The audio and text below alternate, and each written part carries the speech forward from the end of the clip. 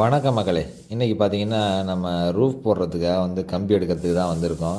ஏன்னா அங்கே சென்ட்ரிங் அடிச்சிட்டு இருக்காங்க. பலகை அடிச்சுக்கிட்டே இருக்கிறப்ப நம்ம கம்பி எடுத்து வச்சு கொடுத்துட்டோம்னா கம்பியை கட் பண்ணி மேலே ஏற்ற ஆரம்பிச்சிருவாங்க.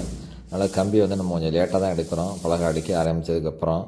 இப்போ பார்த்திங்கன்னா மேலே பலகைலாம் அடிச்சுட்டு இந்த தகர ஷீட்லாம் போட்டு ரெடி பண்ணிட்டாங்க. இப்போ கம்பி வந்தோன்னா கம்பியை கட் பண்ணிவிட்டு மேலே ஏற்ற ஆரம்பிச்சிருவாங்க. படிக்கு கொஞ்சம் செட் பண்ணிகிட்ருக்காங்க. கம்பி இறங்கிடுச்சு. இறங்கி இப்போ கம்பி எவ்வளோ வேணும் அப்படிங்கிறத சைஸ் எல்லாம் பார்த்து கட் பண்ண ஆரம்பிச்சிட்டாங்க. கம்பியை நிமித்துறாங்க. இந்த இடம் நமக்கு குறுகிய இடமா தான் இருக்குது. அதிலே கொஞ்சம் கஷ்டப்பட்டு தான் கொஞ்சம் வேலையெல்லாம் பார்க்க வேண்டியதாக இருக்குது. ஏன்னா பெரிய மெட்டீரியல்லாம் இங்கே கொண்டு வர முடியாது. கம்பி அப்படி தான் நிமித்துறாங்க. ஏன்னா கம்பி மடித்து தான் வருது. அது ஒரே ஸ்ட்ரைட்டாக ஆக்கிறதுக்கு இந்த மெத்தட் தான் அவங்க யூஸ் பண்ணுறாங்க. பார்த்திங்கன்னா கம்பியை கொஞ்சம் கொஞ்சமாக மேலே ஏற்றுறதுக்கு ஆரம்பிச்சிட்டாங்க.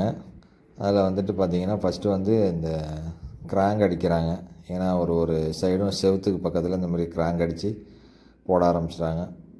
இந்த சைடு ஒரு கிராங்கு, அந்த சைடு ஒரு கிராங்கு. இது ஒன் வே ஸ்லாப்பு அப்படின்னு சொல்கிறாங்க. ஏன்னா ஒன் வேனால் ரெண்டு பக்கம் இதேமாதிரி பெண்டு இருக்குது. ஒரு அப்டேட் அடுத்த வீடியோவில் நான் உங்களுக்கு தரேன் மக்களே. நன்றி மக்களே.